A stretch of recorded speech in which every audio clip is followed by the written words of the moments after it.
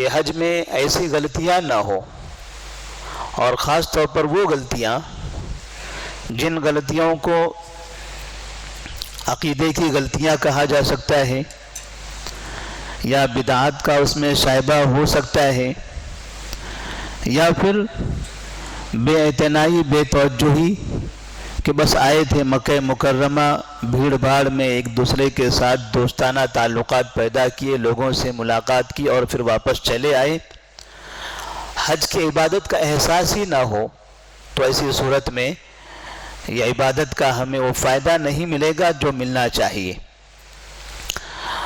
حج کا جو سب سے بڑا، سب سے بہترین فائدہ نبی کریم صلی اللہ علیہ وسلم فرماتے ہیں، من حج فلم یرفث ولم یفسق رجع کیوم ولدته امہ۔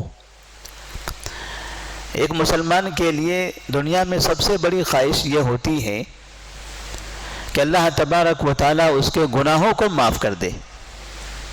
ابھی رمضان کا مہینہ گزرا، راتوں کی تاریکی میں ہم اللہ کے سامنے ہاتھ اٹھا کر بار بار گڑ گڑا کر دعائیں کرتے رہے، اے اللہ ہمارے گناہوں کو معاف کر دے، ہمارے گناہوں کو معاف کر دے، ہمارے والدین کے گناہوں کو معاف کر دے، مسلمانوں کی تو بخشش عطا فرما۔ یعنی اس طرح سے کثرت سے ہم نے دعائیں کی ہیں۔ اگر کسی مسلمان کو اس بات کا علم ہو جائے کہ حج ایسی عبادت ہے، صرف اس عبادت کو ہم صحیح طرح سے انجام دے دیں، نبی کی سنت کے مطابق اس پر عمل کر لیں، تو اللہ تبارک و تعالی اس کے سابقہ تمام گناہوں کو معاف کر دیتا ہے۔ اور سید المرسلین صلی اللہ علیہ وسلم فرماتے ہیں، رجع کیوم ولدته امہ۔ حج کیا، حج میں قوالیاں، اماموں کی باتیں، مسلکوں کے جھگڑے، ایک دوسرے پر طعن و تشنی، حکومت کے خلاف بد زبانیاں، ایک دوسرے کے خلاف بیان بازیاں، اور وہاں نبی کے شہر میں رہتے ہوئے اپنے شہر کے نعرے، ایسی جو حرکتیں مسلمان وہاں جا کر کرتے ہوئے نظر آتے ہیں، اگر ایک مسلمان ان سب چیزوں سے پاک رہ کر نبی کے شہر میں نبی کا فرما بردار بن کر عبادت کرتا ہے، تو آپ نے فرمایا رجع کیوم ولدته امہ، تو وہ وہاں سے جب واپس پلٹے گا اپنے ملک کی طرف، تو گناہوں سے اس طرح پاک ہو جائے گا جیسے ایک بچہ مکمل ابھی پاک و صاف اپنی ماں کے پیٹ سے پیدا ہوتا ہے، اس پر کوئی گناہ نہیں ہے۔ تو یہ بڑی اہمیت اور فضیلت والی بات ہے۔ تو اللہ تعالیٰ نے جن کو حج کا موقع عطا فرمایا ہے وہ مبارکباد ہے، ہم ان کے لیے دعا کرتے ہیں کہ اللہ تبارک و تعالیٰ ان کے اس حج کو قبول فرمائے، انہیں نبی کی سنت کے مطابق حج کو مکمل طور پر انجام دینے کی توفیق دے، حج کے درمیان، حج کے سفر میں ہر طرح کی برائیوں سے انہیں محفوظ رکھے۔ اسی طرح سے نبی کریم صلی اللہ علیہ وسلم ایسے افراد کے لیے جو افراد اللہ تبارک و تعالیٰ کے لیے اس عبادت کو انجام دینا چاہتے ہیں، کبھی کبھار حج کے لیے ہم نکل رہے ہیں یا کسی کو ہم حج کی دعوت دیتے ہیں تو لوگ کہتے ہیں ابھی تھوڑی سی مجبوری ہے، گھر کے فلاں اور فلاں کام ہیں، یہ سب کام نپٹا لیں گے، اس کے بعد حج کرنے کے لیے جائیں گے۔ جبکہ اس کے پاس حج کرنے کی طاقت اور قدرت ہوتی ہے، پھر بھی وہ تاخیر کرتا رہتا ہے۔ نبی کریم صلی اللہ علیہ وسلم نے ایسے تاخیر کرنے والے شخص کے لیے جو حج کے واجب ہو جانے کے بعد تاخیر کرتا ہے، تو اس کے لیے بہتر خبر نہیں ہے، اس لیے کہ جب حج واجب ہو جائے، اس کی استطاعت ہو تو فوراً حج کر لینا چاہیے۔ لوگوں کو ڈر ہوتا ہے کہ اگر ہم نے حج کر لیا تو اتنا پیسہ ختم ہو جائے گا، پھر وہ پیسہ کہاں سے لائیں گے، کہاں سے کمائیں گے؟ تو نبی صلی اللہ علیہ وسلم نے آپ کو اس بات کی طرف اشارہ بھی کر دیا کہ اس سفر میں آپ کا زیادہ خرچ ہی کیوں نہ ہو جائے، پھر بھی آپ کو اپنے دولت کے ختم ہونے سے ڈرنا نہیں چاہیے۔ نبی کریم صلی اللہ علیہ وسلم فرماتے ہیں،